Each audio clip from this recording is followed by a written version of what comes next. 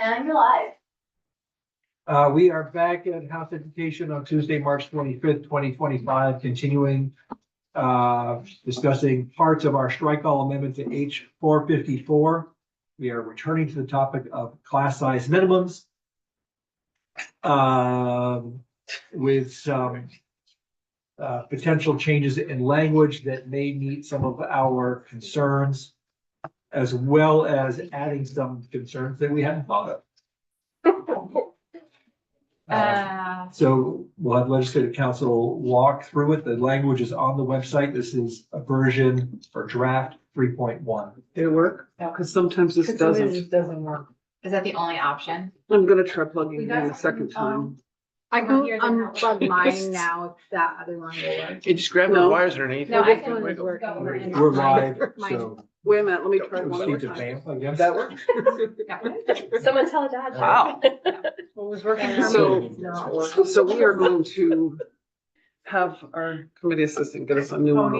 Is it working for you? There's several times when it hasn't worked. Yes, it I've is. used that when it's worked. for me. It is working for me. I'm monopolizing Oh, now this it's one, not so everybody anymore. It has, That's okay, we'll keep going. Sorry, I'm the at technical 68%. difficulties. can we plug it in down here? There's plenty of cord. Let's do that. Next year, Andy and I stood over in the last. Yeah, we're good. No, Alright. it works off and on. I appreciate the teamwork. Beth St. James, Yeah. Office of Legislative Council. I'm going to share my screen. Now electric. Now fully electric. Okay, so we are looking at, we're calling this your class size minimums document, but it is the, amendment to section 165, the Education Quality Standards Statute. Highlighting is new language between what we looked at this morning and now. The school complies with average class size minimum standards, provided however that when the class size minimums apply to content areas, et cetera. I've removed the reference to content areas from kindergarten and grades 1 through 4. And I've added the modifier of required content area and then classes for grades 5 through 8 and 9 through 12. Are we all on the same page? Mhm. Okay. 3.1, yeah. Oh, okay. And then page 2, lots of yellow. So multi-age classroom language has not changed. Line 3, career. So these are the exempted class types, if you will. And remember, I'm not an educator. So I apologize if I'm using terms incorrectly. Career and technical education, flexible pathways, terminal courses, advanced placement courses, courses that require specialized equipment, and driver's education classes shall be excluded from the class size minimum requirements in this subdivision. Small group services for the purpose of providing special education, supplemental or targeted academic intervention, or English learner instruction shall also be excluded. What's a terminal? I was just Right, gonna. that's Yeah, that's it's the only one that's we don't key- know. The Terminal key courses. term here. That's the new I one. just phoned a friend. I don't have the answer. I'm stopping my hand. Just I asked, so this, Okay. this is, and I did not, Places that were by- ask if it was okay to share this, but is it okay to share with us? Okay. This is language, that the Superintendent's Association helped with. So to the extent that you love it, it's all theirs. And to the extent that you have problems with it, I will own it. So big thank you to them for, helping in a pinch. I asked what terminal classes means, and the explanation I received, which made sense at the time, but may not now, was like the highest level of class. So not AP classes. Those have a specific meaning kind of across the country. But every school may have not an AP course, but like an honors level course or like the highest level course. And the term that I was given was terminal courses. Works for me. Thank you for clarifying. Okay. Like Spanish 5. Yeah, that's exactly, yeah. You don't offer Spanish 6. It ends at Spanish 5. Yes, oh, yes.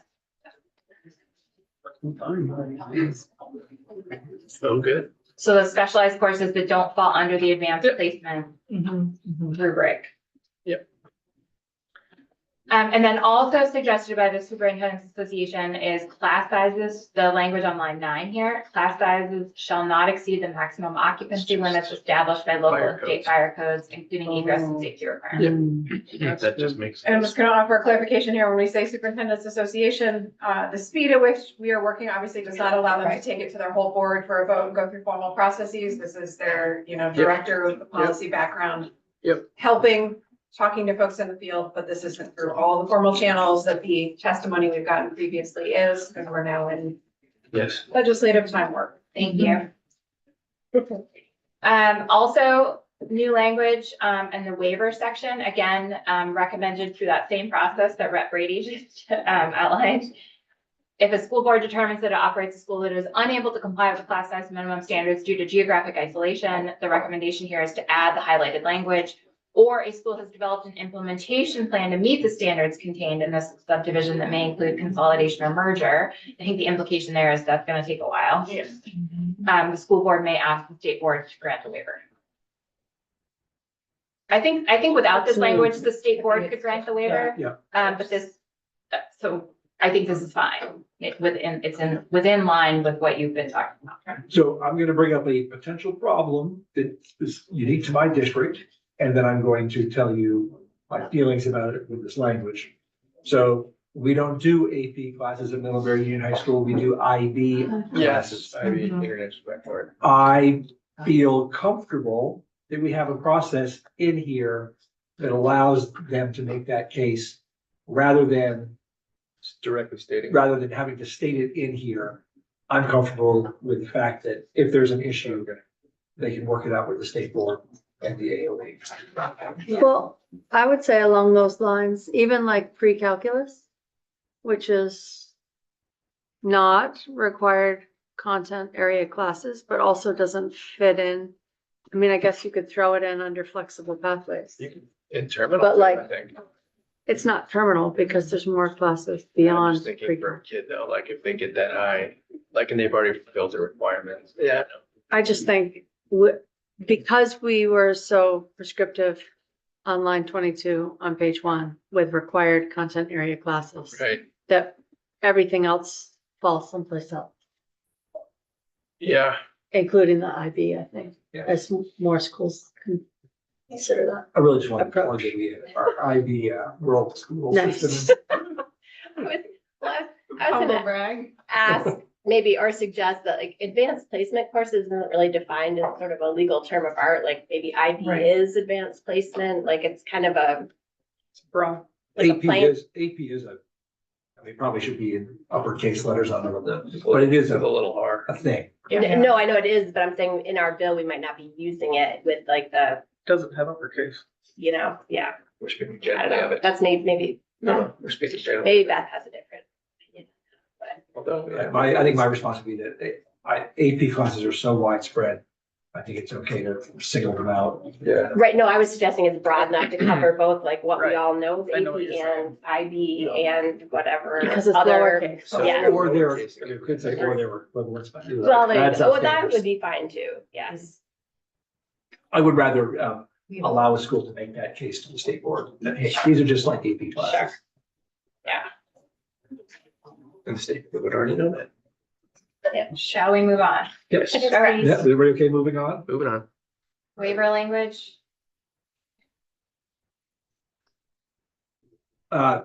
So the line 9, class size should not exceed the maximum occupancy Oh, limits. yep.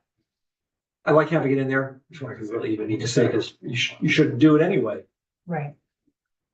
But there are- I did not suggest this language. Yeah. There's other statutes, but yeah, but, all right, well, let's just leave it. at that. Yeah, I think it's okay. Belt and suspenders, folks.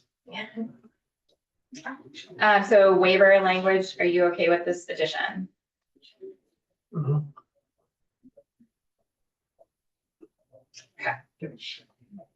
So state board action hasn't changed. Actually, nothing in the class size section has changed, but there is language that we have not walked through yet.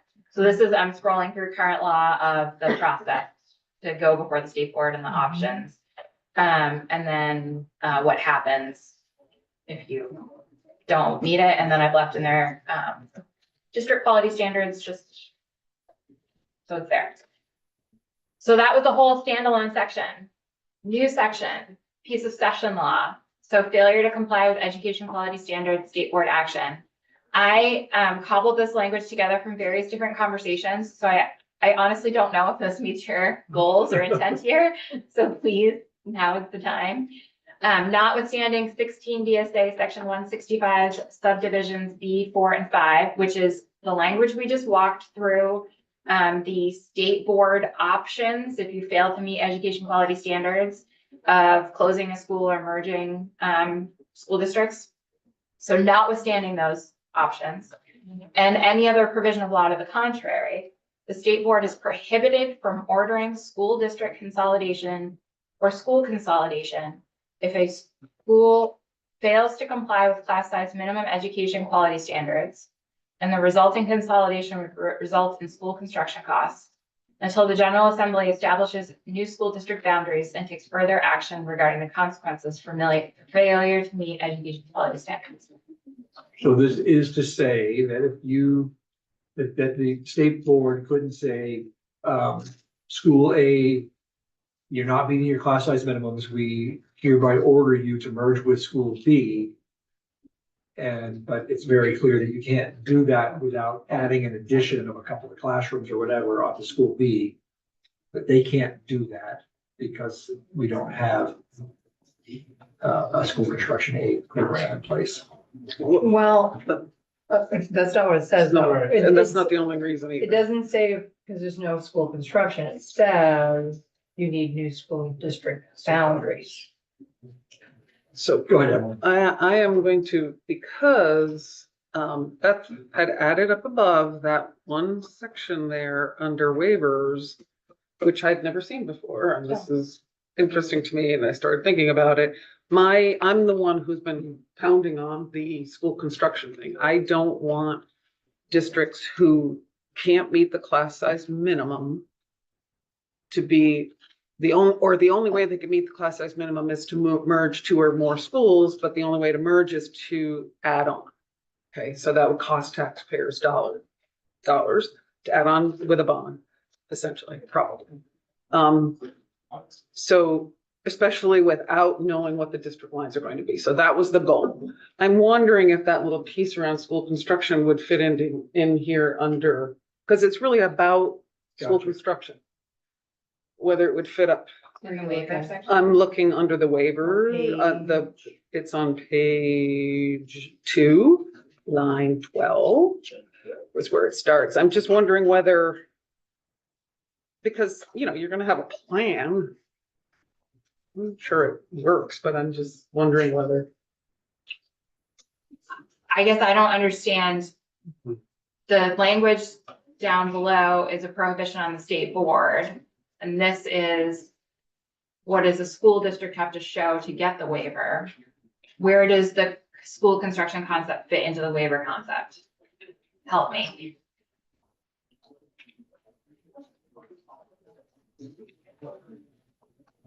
Yeah, because I'm only trying for a temporary. And this waiver is for a permanent waiver. Until you or your, think authors make changes to it, absolutely. I just want to make sure everybody understands the problem I'm trying to solve, which down the road will get solved likely anyway after the new boundaries, or could help. It certainly will help. And if we implement the school construction aid process. So this new language under section B, it's only at the point at which the state board may be ordering something. It's not, doesn't have any impact on like a new district wanting to do it or whatever. Yeah, let me just throw out what's gonna happen when I go to my communities and say, we're gonna take away your schools have got to close. You don't have a right to vote on that, even though they do right now. And your children are gonna have to drive a lot longer to get to the new school that you're going to, and it's gonna cost you dollars in construction costs. that's a pretty hard thing to tell folks when Yeah. we're in the middle of a transformation of our public education system. And it may get better after the boundary line. So are you saying the section B fails to address that or does I'm address not, that? you said, you're the one who said, It's not in B that's the issue. It's the part we just read down below. It doesn't say that that is. won't have, oh, I'm sorry, I'm on the wrong page again. What Yeah, page was it? it's right down Back on to page another 5 of B, 5. a different B. That wasn't me. Sorry. Well, because you just made the point that it says they can't do it until there's school construction, but that's not actually what it says. It says Well, until this the was new about- district boundaries and take further action. Chris?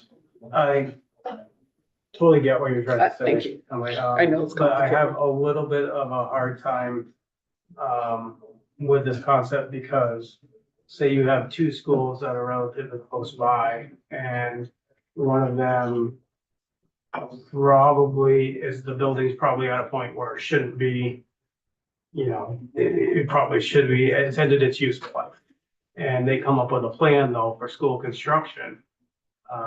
This would inhibit them from closing that school because they had a plan for school construction. I'm not reading that right, Beth? It would not prohibit individual It doesn't. communities from making that choice. This language on It'd page just be 5 this would be the board. state board ordering it, yes. Which is a 2-year, multi-year process anyway. Correct. To get to that order, it would be several years. yes. Okay. And it's, I mean, this I is wasn't a making that. highly unlikely situation. There are many districts that won't encounter this. There are many districts in the state of Vermont who probably won't need to even take out a bond to merge a few schools. I acknowledge that, and I don't want to hold them back from moving forward by mentioning not. this. Right, that's what I'm saying. This does not. But there are some who actually have to take significant bond out to achieve the consolidation it will take. And those are the ones I'm trying to help out. Right, and they can still do that should they They can. choose.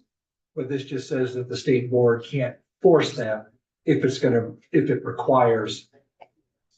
And I put a modifier in, but I'm not sure, like, in significant school construction costs, because if you're putting in a wheelchair ramp. Would you like me to add the word significant? Such that a- make it such a tricky? precise- It's it's such an subjective. imprecise word. It's subjective. Tell us about the implications of using a somewhat vague term like that. How about if they have to go out to a bond? Result in well- bonded school construction costs? Would result in school construction costs funded by a municipal bond. Result in. I mean, because there's municipal capital bonded? reserves, Right. right? Like, Mhm. So, I guess, given the options, I'm happy with the word significant. resulting in consolidation. So should we all start throwing out some numbers of what we think are significant? I can tell you, those numbers mean a lot of different things in different communities. How about would result in school construction costs in excess of the applicable district capital reserves? Yeah, I mean, I think that is a It's less a vague. limitation that probably would, Cover everything. 'Cause Cover everything. Capital reserves are there for a purpose. yeah. I mean, literally, capital reserves have a reason. That's a long sentence. Yeah. It's a good sense. You can play around with it. It needs to be. So we're gonna have a period here or there. Sorry. That's like the last bit of yellow that we have. On this page, On yes, this. the last piece is, language that I think you've seen before, and if you haven't, it's just asking the State Board of Education to update the education quality standard rules to comply with the class size minimum statute, Okay. because there is a section in there about class sizes right now. This is, but and that's all, this is Rule 2000, not Rule 2200. Correct. So that does not address the other issue we had on the table, which was do all the rules apply to schools, Right. Correct. which is probably our next, if everybody's feeling good about this, then we'll move on to that. Good.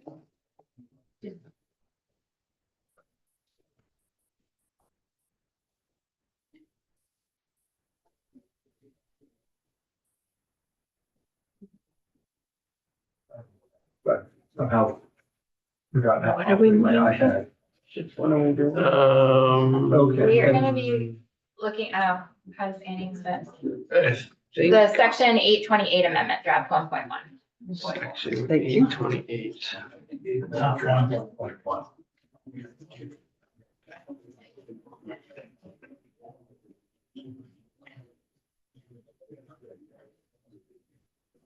No, it must be.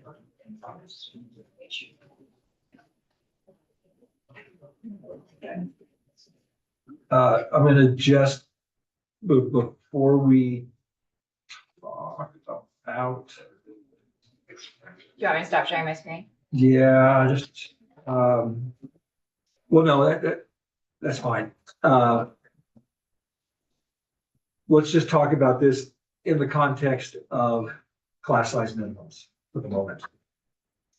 Committee. As opposed to getting into, here. The other stuff. Broader topics. Yeah. Just.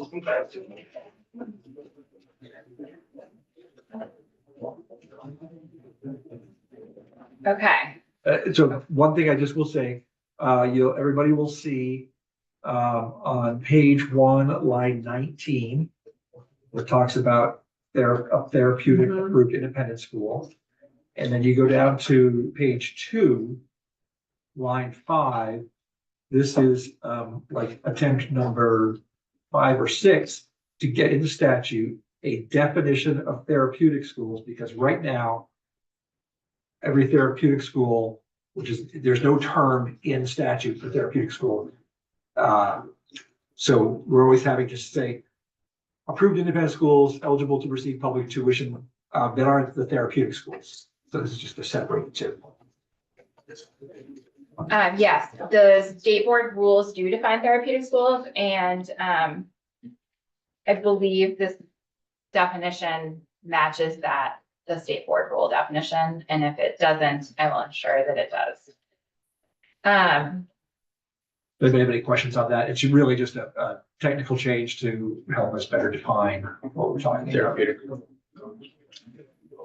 Section 828 lives in the town tuition chapter, chapter 21, maintenance of public schools, which is where the town tuition program lives.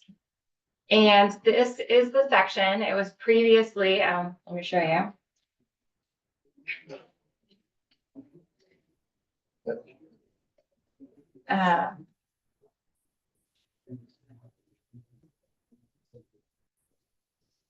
This is what the statute looks like right now, one big paragraph. And this is where, so tuition to approved schools, a school district shall not pay the tuition of a student except to, and then the rest of the statute is a list of the types of educational programs that school districts are allowed to pay tuition to. When folks ask, how do we know a recognized independent school can't accept public tuition? This is the statute that does that. This, because it's not listed there. That's as simple as it gets. So, this amendment is proposing to add some criteria to some of the educational programs that a school district may pay the tuition of a student to. So what would you like me to focus on? That complies with the minimum class size requirements contained in the subdivision. So you'll notice that instead of that big paragraph, I've broken out each type of educational program into a separate standalone subdivision. So we're going to be under subdivision 2, an approved independent school that we're going to skip over A, B, and C and go to D. So a public school could only pay tuition to an approved independent school. We're going to forget that A, B, and C exist for right now.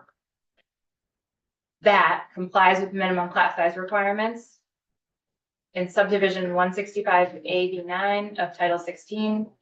That should say of this title. And that's referring to everything we just walked through in the class size minimum document. And then we should talk a little bit about lower down, I guess, section B, so we sort of understand the process. Yep. So State Board of Education rules report this section In the larger strike all, we'll have another report section. That's why it says report there, but there's no reporting requirement here. But for the purposes of this discussion, it requires the State Board of Education. And again, this date is policy for you all to tell me whether it works or not. On or before July 1, 2026, the State Board of Education shall initiate rulemaking to amend the approved independent school rule 2200 series pursuant to the Administrative Procedures Act to require approved independent schools that intend to accept public tuition to comply with class size minimum standards set pursuant to, and then the statute that we just walked through, section subdivision 165A9 of Title 16. The amendments shall also create a process for review by the state board for failure to meet class size minimum requirements and the corresponding actions the board may take for non-compliance.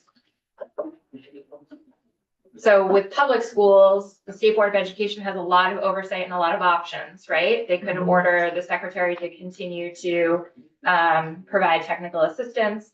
They could the state could take control of the school. The state could order closure. The state could order consolidation. Those aren't really options for an independent school. So this is asking the state board that is already the regulating body for approved independent schools to come up with a process and the consequences for non-compliance. So, this is, as Beth would say, a big policy choice on our part. We think we've heard sort of the back and forth of saying, we are really saying to public schools, you need to meet these standards. So the question is, should we also be requiring the same of a public school that is essentially funded with public tax You mean a dollars? private school? Private, independent school. Yes. Can I ask something? We Yes. have waffled between private school and independent school. Is there a difference? Statute calls them approved independent schools eligible to receive public Okay, but tuition. what we're talking about is private schools. Yeah, we're talking, yeah. Okay, Whatever you want to use, Okay. I tend to stick with approved independent schools. okay.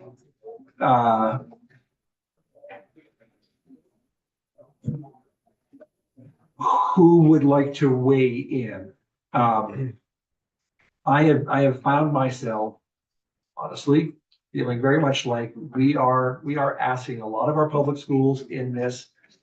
And I can't, I'm having trouble with the idea of putting them in competition with a school that is also funded by public tax dollars. That could say, well, we don't have to meet those same requirements, and essentially further eroding sort of we want scale in our schools. And I think if an independent school is also about scale, then that makes them worthy of our public tax dollars. So that's where I'm at on this, but I'm really open it to the table for comments. And you're up first, Josh. Just clarifying Yeah. for information, section A 2C has at least 51% of the student. Yeah, we're We're not setting that there. topic aside. I'm for the just moment. curious as to, like, I guess what it means and its purposes. Yeah, so that was from the governor's original language of H Right. 454. What it says, what it says is that to be qualified, in his case, it was the school choice school definition, 51%. which he also limited it to 912, which we Right. haven't talked about at all. That it has to have been basically operating essentially almost as the equivalent of a public school by using the 51% measure. Thank you.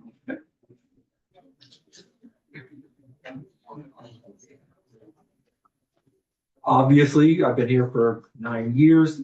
The topic of same money, same rules has been a sticky wicket for all of us to try and deal with. We've never sort of said we are making big steps towards scale in our public system previously. So we're in kind of a new era of discussion. Where it used to be just sort of like, let's make everybody operate the same rules. Well, now we are changing the rules significantly for public schools. Yes, Emily, go ahead. Well, I'll just say quickly, we are in the middle of transformation and that requires all of our students. Transformation for all of our students, no matter where they're attending school with public dollars. And so I think this is a right up, we've had this conversation so many times for not just the last 9 years, but for the last 30 years, we've been talking about this. And how to balance the playing field for all students. That's what I'm trying to get at. So I support this. I support keeping the standards the same as well. I think there are some huge ethical implications in telling communities that they may lose their public schools because of student population numbers, because of minimum class size numbers, and then turning around and giving the money we would have given them to a different school that doesn't have to meet those standards. That seems unethical to me. It also seems like there's a lack of economic justice if the reason that kids would want to go to that other school, that families would want to send them, is because of smaller class sizes, more or more teacher attention. If that's something for only privileged kids, then that is seriously an issue of economic justice. And the fact is that in order to go to one of these schools, you do have to have a certain base level of privilege, because we don't provide transportation. We have parents that know how to shop for them, and we have kids that are able to get into them through the application process, which probably has a whole lot of privileged baggage there too. And actually, the issue of open enrollment and all that is something we took up a couple of years ago. It's not currently on the table with this. Beth? My question is there a waiver process for them as well then? Same. Because I'm thinking of my situation, because our independent school is our public school. And if they can't meet theirs for the same reasons a public school can't, do they have the same access to the waiver of class size So, minimums? great question. 'Cause I'm thinking That you're is gonna- what is, I think, being attempted in section B, is Okay. to create that parallel track. Where am I looking? What page are you on, B? Just let me be- This is the last paragraph of the whole thing, but. Because it talks about actions about failure to meet, but it Mhm. doesn't talk about waiver in the same way the public school Can we does. use the verbiage from the And I public would- school right here? For equity. Yeah, I mean, so yes, the tracks, the intention was to have the same sort of tracks. There's probably gonna be some legal implications, but yes, the Rule 2200 series Okay. sort of operates as the public Some school balance. type stuff, but for the independent schools. Cause Yeah, I'm, go ahead, Chris. So I struggle with how we frame independent schools a lot of times in this building. Independent schools serve an absolute purpose in the state of Vermont, educate kids and educate them well. And in some areas of our state, they are absolutely needed. And they have the ability, some of them, to decide to go totally private. And if you're talking about in the Northeast Kingdom, how many kids would be out of education, or we would have to build a school building up there for them? We have to think about aspects like that when we're framing our discussion about independent school. So, that's my soapbox, sorry. Yes, so, Beth, could you respond a bit to the, parallel tracks, similar tracks? question? I think you would just, if that is what you, I hadn't contemplated, honestly, the waiver part escaped me. I think you would just add the amendment shall also create a process for review by the state board, shall also create a waiver process and a process for review by the state board for failure to meet class size minimum law, what's currently there. You would just add the requirement that the state board rules include a waiver process. The same waiver process, not a different You- one, the same one. It has to be a little different, because they don't have the. which is, it's a different, set of. Yeah, they don't have Uh, different rules. Well, Why do so those have to be different? I just wanna, this is all policy. Yeah. I just wanna be clear. So you all need to be clear with me on what your goal is as a committee for me to put it in writing. The class size waiver language includes geographic isolation as the only waiver option. Oh, actually, no, this is the wrong. Change that. Wrong one. But they had a plan. The other option was there was a plan for consolidation or meeting with class size minimums. Let me see. Let me just refresh and see if I can. There it is. So if you want to follow the same waiver process, that would be an approved independent school that was unable to comply with minimum standards due to geographic isolation, or it had developed an implementation plan to meet the standards, could apply for a waiver. But if there was another reason for applying for that waiver, the approved independent school would not be, the waiver would not, process would apply. If you give the state board, and if that's what you want, great. What is, isn't that what we said for public schools? Yeah. Yes, Okay. okay. If- I if wanted that's what to, you'd like. I was just a question about saying, go for it. Yes, this is the public school language Yeah. that I have. Oh, I'm not sharing my screen. Sorry. Let me share. So if you say, if you either pull this language into a section related to approved independent schools, or you cite to it, these are the only standards for waiver. So that's one option. It would be, Another option is to allow the State Board of Education to develop a waiver process that is specific to approved independent schools. And you can give the state board parameters on what that process can or cannot include. This is all policy. Leah? I just want to respond to what Rep. Taylor said. I totally hear where you're coming from. I mean, as someone that lives in the Northeast Kingdom, you're right. We have these towns that rely on these schools. And I think that sort of the difference here is that we're not saying that these schools can't remain open or that they can't receive public tuition. We're saying that they need to meet the same standards, and that gives them the option to actually accept more students, which might even be better for that town. Like, that's part of the problem, right? Is that they don't have to accept all of these students. They can keep their classes small. If they want to stay open, if they want to be a part of this, they could by accepting more students. I think that, yeah, we definitely need to make sure, I agree with you, that in these towns, there's a school, a high quality school for those kids to go to. And about the waivers, the other part, about that I guess we're kind of settled on a different process, not exactly the same one, but sort of the other part that's the difference of that with the school waivers is that they're choosing to keep, their schools small and below those class numbers versus the public school. So to give a waiver to a private school because they can't meet those class minimums because they're choosing not to accept more students, I mean, I guess it would have to be based on building size at that point. Yeah, it's.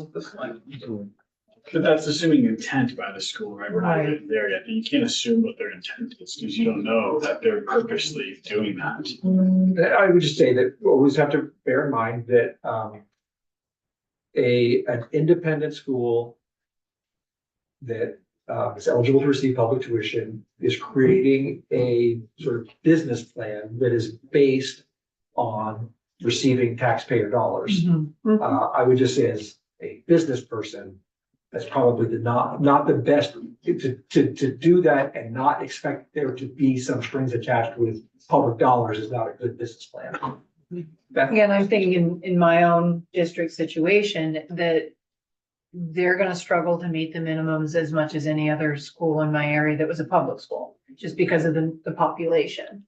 And I don't know that I know enough about the legal issues of independent school versus public school to say that we need it to be the exact same waiver process. I don't know if there's something in the rules there, or whether it does make more sense to put it in the part that says the state board will develop Because it That's may, really the it question may on the have to table. be slightly different. I don't know enough about it to know That's- if it could be identical or if there'd have to be some difference in it. That's the kind of the question on the table right now.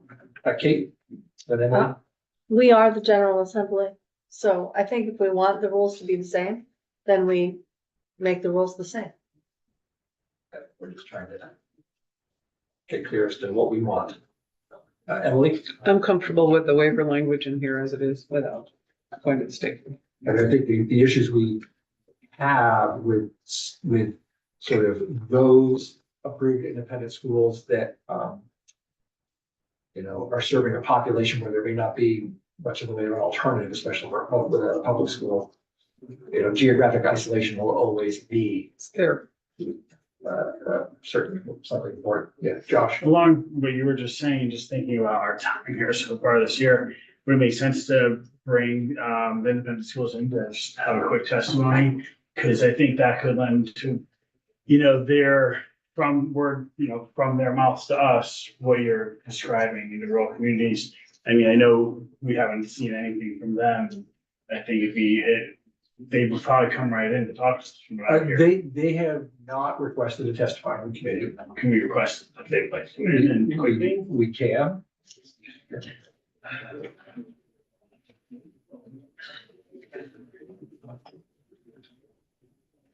I am hearing, I'm not gonna put a lid on it, but at least for this part of it, that for now we will sort of go with same and parallel. So same waiver process. And then Same, keeping the state board coming up with the failure to comply process. Yeah. Okay. multi-year process. What we don't have is,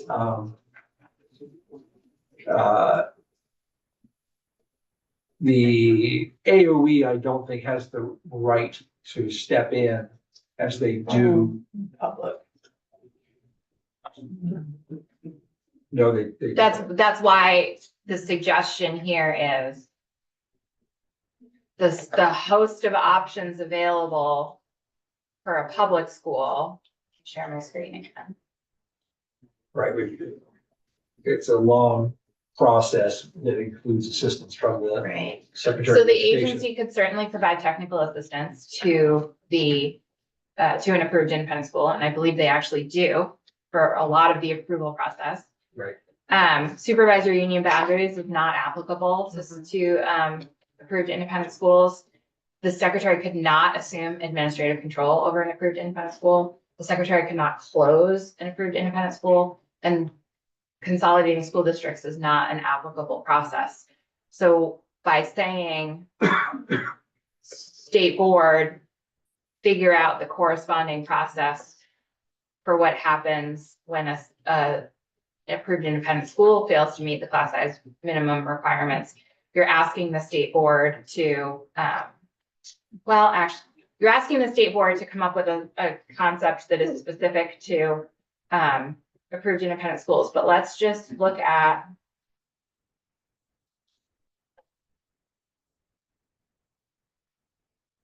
this may just solve it.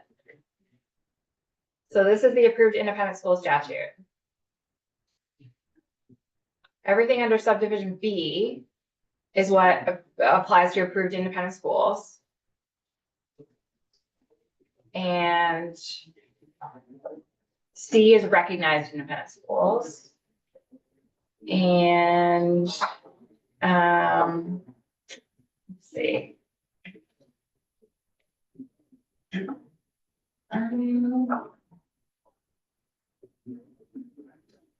Thought there was a process in here. There's already a process here it is. The state board may revoke, suspend, or impose conditions upon the approval of an approved independent school.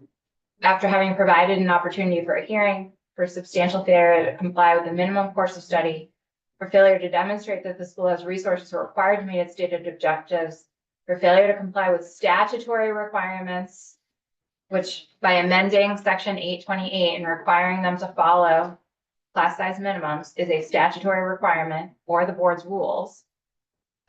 And then upon revocation or suspension, the students were required to attend the school who are enrolled, have to enroll somewhere else. And then the state board's rules have a whole process for what this looks like the due process requirements and all of that. So you could just say, if you fail to meet the class size minimum, this process kicks in. It may not be as long of a process as the education quality standards review. This is the process that already exists in state law. And it's only in May. Right. I think it is, we are speaking specifically to waivers, et cetera. I mean, this is sort of the same thing, but That's you. this appears a little more punitive and not collaborative or working with. This, I would say a takeover by the agency involved is pretty punitive as well Yeah. for Yeah, public that's schools. Yeah. so these are the state board's rules on independent school program approval. And I don't know these like the back of my hand, so I'm not quite sure what section. And there's no table of contents. But there is a whole section in here on the failure to meet applicable standards process. And if you'd like, I can stop sharing my screen and find it. And ultimately, this is all policy decisions for you all to make. So let me see if I can find it. All right, so I just want to read to everybody, section B. It says, meet class size minimums. The amendments shall also create a process for review by the state board. So we've left it sort of up to the state board in this language. So I guess we're sort of back to the question that Lynch Council proposed, which is, do we want to just leave it up to the state board? Or do we want to use the language in the waiver section above? I can't leave it up to the state board with an amendment we're gonna see at some point. Yeah, it shall also create. So you can or can't? Cannot. Cannot. That's What do I you said. mean by an It should be amendment? the same. It's on our committee page. So there's an amendment that we are gonna look at the composition of a board of education. Oh, Gotcha. Okay.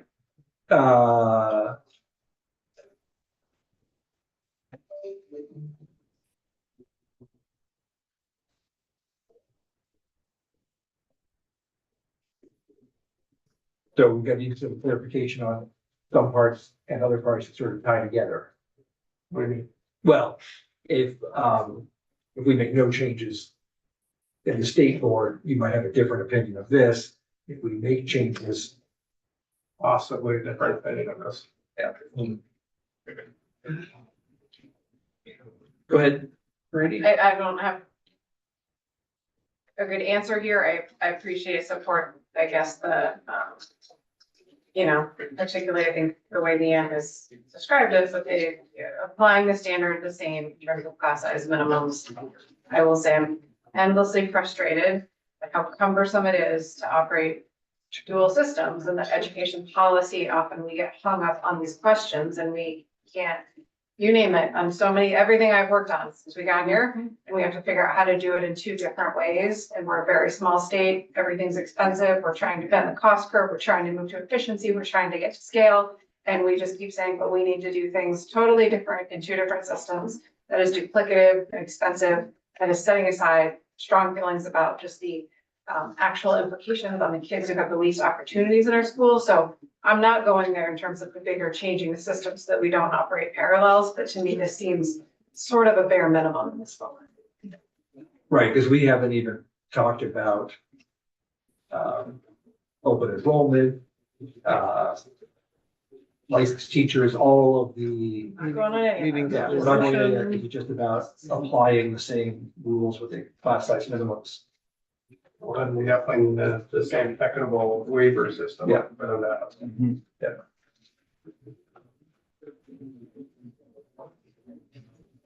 All right, so that's an argument. So the question was, you have to say board or It sounds Or- like there's an say, agreement to have it equitable, that Yeah. have it, right, so we got Essentially the we've got a same. waiver system for the public schools. Let's do your best to draft something that reflects a parallel process. For waivers only. Are we still on the topic of just class size? Just class size, We are, yes. Just class size, right? There's a reason you want to keep it to class size minimums right now. Yes. However, we might go and tick out a few smaller little things while we reach kind of an end of this discussion. If we go back up on page 1, I'm not asking you to, but everybody looks at it. Again, we're gonna set aside the 51%, which is language that came from the governor's bill. A school district shall not pay tuition of a student except to a public school, and we have language that says located in Vermont. But we have not said anything about a 25-mile whatever. We do have to accommodate. Line 18. Public school located in another state. line 4. Yeah, that's right. gonna be an issue where I live, so. Yeah. All right, could you give us the legal explanation of how the subheads are? So I guess I'm having trouble telling whether this can be in public school in another state or not. Yes, so, subsection A is broken up on each number under A, Little a. little a. Yep. So starting on line 4, 1, and then 2, and then 3 is on line 13. I'm understanding. And they're all different types of educational programs. So you can have a public school located in Vermont, line 4, school district could pay tuition to that. And on line 16, a school district could also pay tuition to a public school located in another state. There it is. Okay. All right. So there's always been ideas of throwing around like a border, 25 miles or whatever. I'm hesitant to do that. I don't think we need to really, if we're paying tuition to a public school. Hard to imagine that it wouldn't be anything but one that's across a border, because otherwise somebody would be changing their residency. So if everybody's okay with that, we can do that. So to be clear, Yes. even, because I'm still kind of confused, maybe it made it worse, why in line 4 seems in contrast to line where we just were, 18. That's a Beth question. If I read this, it says line 3, a school district shall not pay the tuition of a student except to a public school located in Vermont. But then down below, it And then- says you can be out of state, so I'm, Right, so it's It's allowed. a list of options. okay. Yeah. It's just a menu. Correct to say we could actually just consolidate them by say located in Vermont or another state. Does the same thing just for, I'm not saying. Would you like that? Well, changed I to think be we- made? Yeah. We might want to add something to the part where it says in another state. I don't know if putting them together Could- quite yet. Contiguous.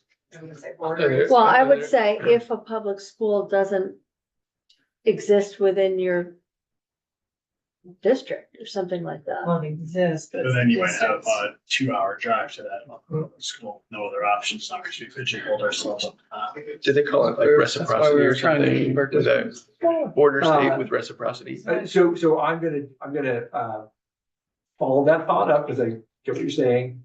And say that this is kind of a temporary world on the current system. And then we will, when we have larger districts, then it would really become a district policy. Because essentially, when we move to larger districts, just as in the governor's language, we would not have any non-operating districts. That's right. So that Then would, there addr- wouldn't be a reason The- for someone to go to a public school out of state. well, but there If- still will be Guildhall. Mhm. Not if there's a new school built up in that area. Right, well, that's not gonna happen. Or let's just say, until that happens, there still needs to be a place for people to go. Stanford, Vermont, right on the Mass border is another one where they're super geographically isolated. They've always gone over to Williamstown for high school. But that is an issue that will be dealt with within the new districts, because we're not having non-operating districts. Probably within the chartering language of each and every district. I guess I was just making a plug to keep them separate the way they are Okay. listed here, Okay. rather than putting them together, because future state could lead us to repealing that line or whatever. Well, that's kind of, I was wondering, so would we have to sunset parts of this then? Will we start Don't creating new know. districts? Yeah, well, right, because we can't have some permanent stuff in there and some, if some of it's Don't not know. permanent, depending on.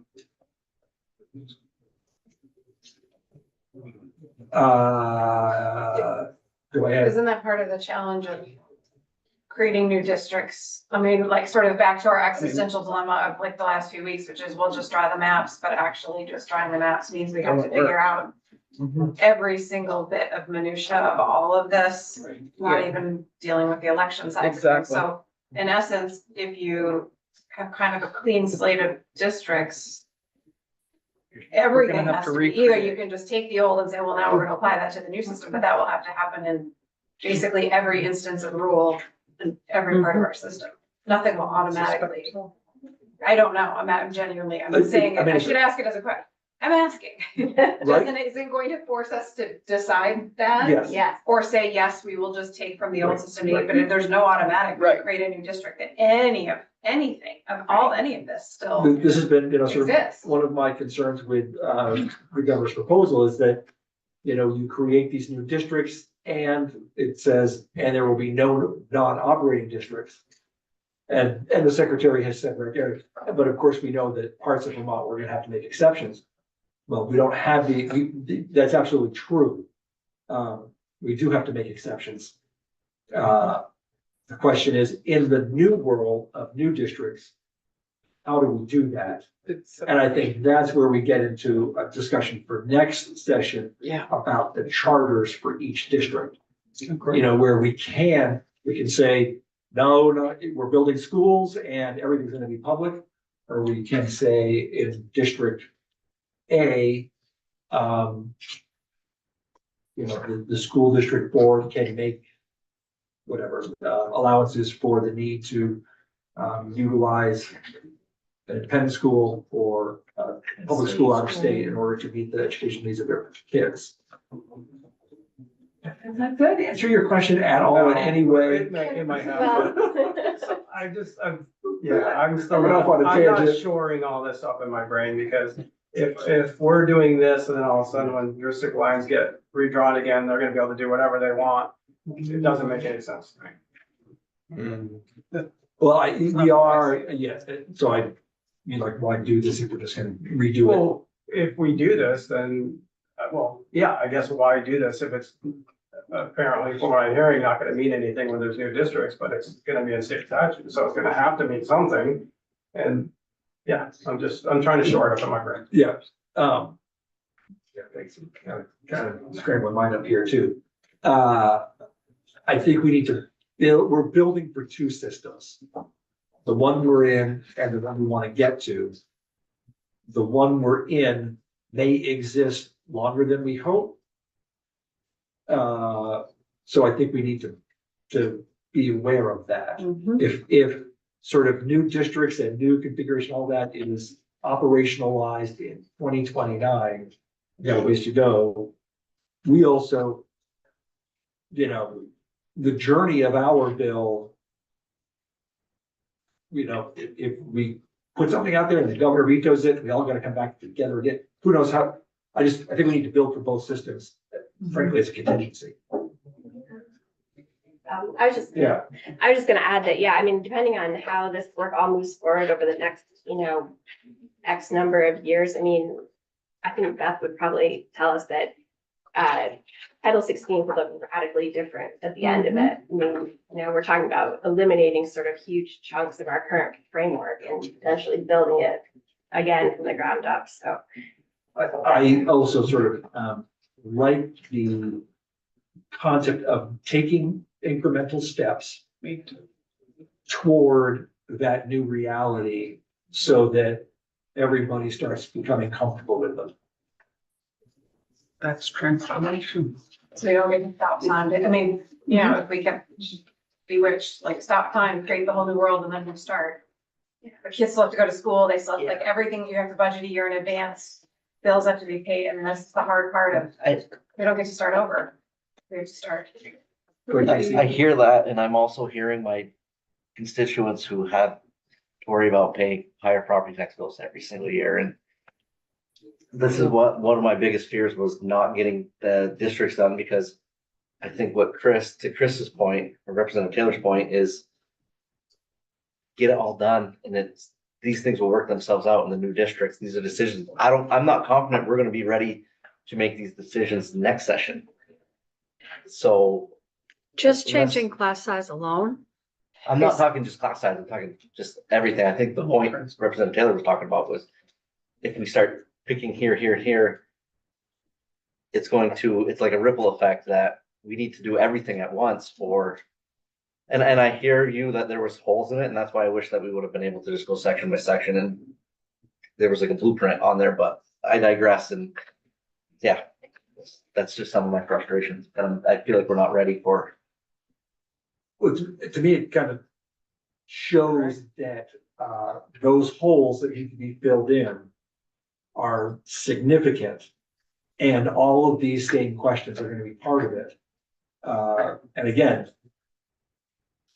moving there, doing this is sort of like signaling and incrementally getting there. Now, maybe we come back with new district lines next year and boom, we overtake this process.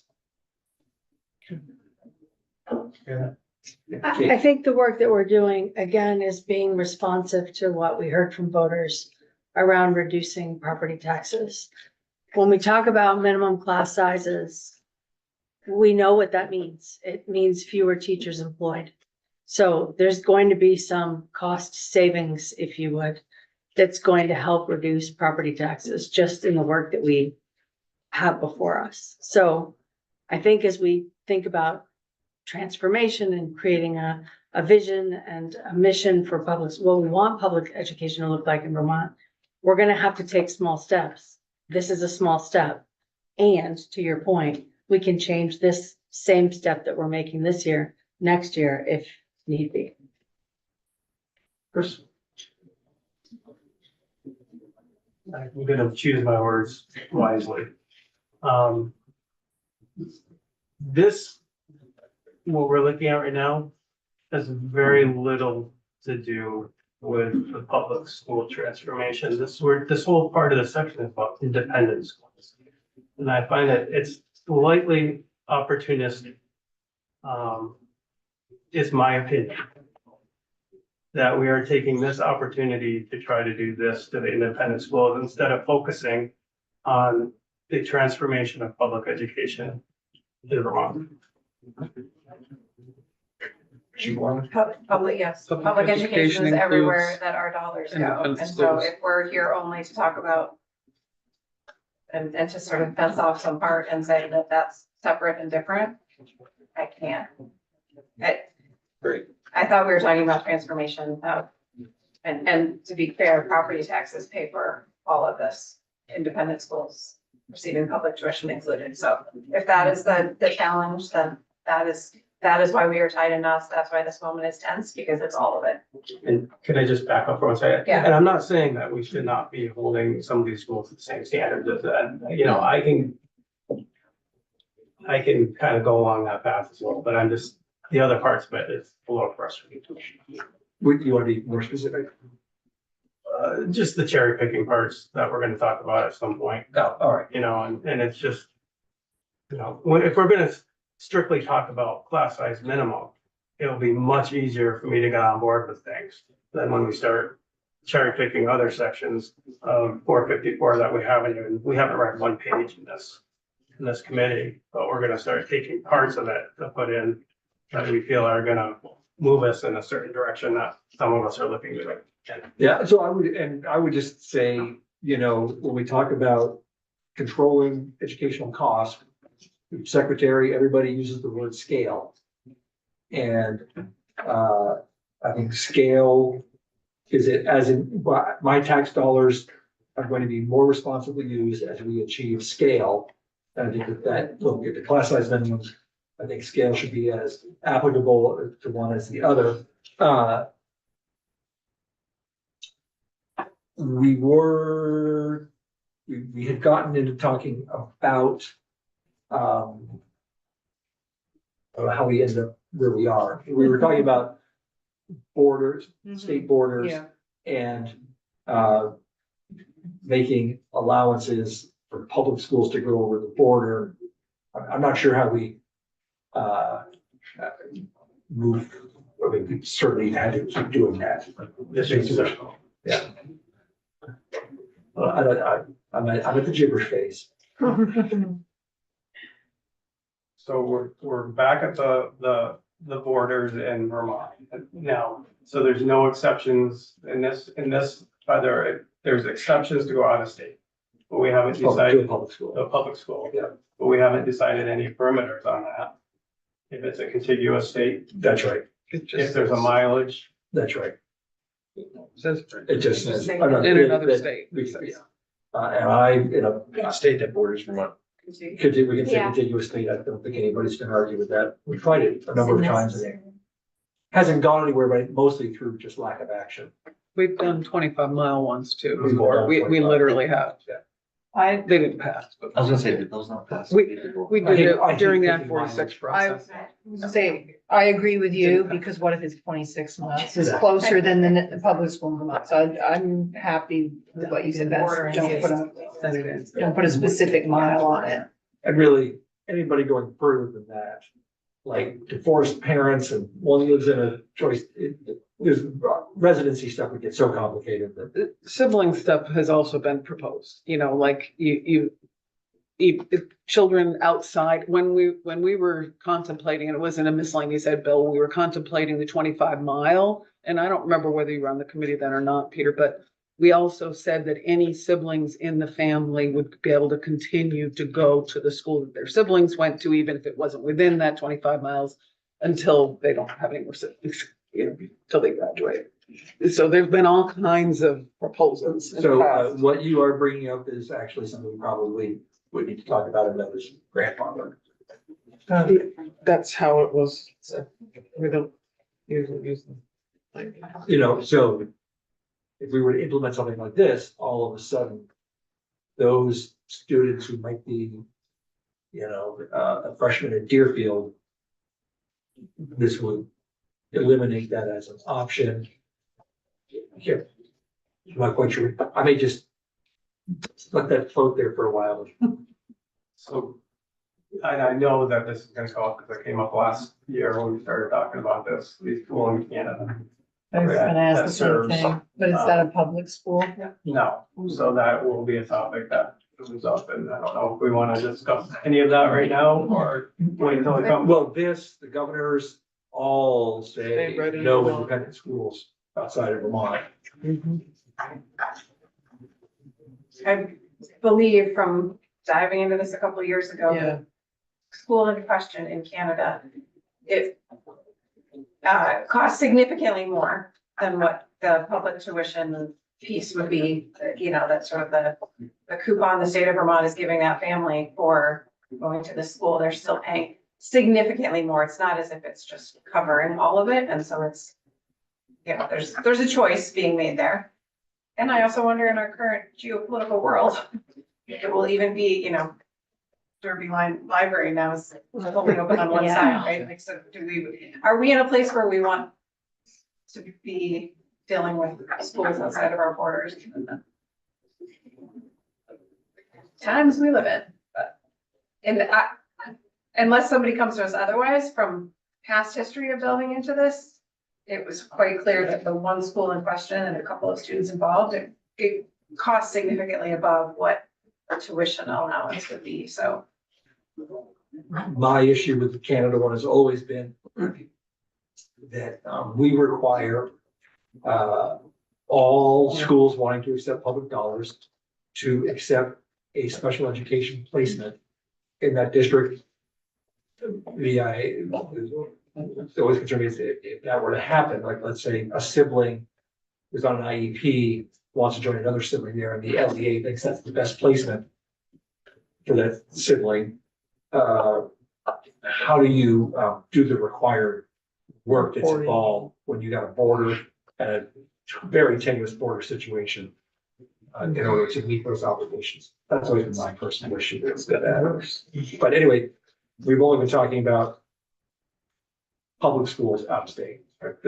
But these sort of like, what about those who've already started questioning about what we need to talk about as well? People close here. Like something simple to discuss, but I don't think so. Then we'll pick back up tomorrow. That sigh of frustration was nothing with any of you. It has to do with our time available, our time on the floor, and all of that. I think we're really gonna be kind of going by the seat of our pants timing wise here. And when we're here, so just everybody keep watching your texts and all that. But we will get permission to leave the floor if We there's not have a, permission to okay, leave the great. floor. I want to make sure that was continued. Okay, let's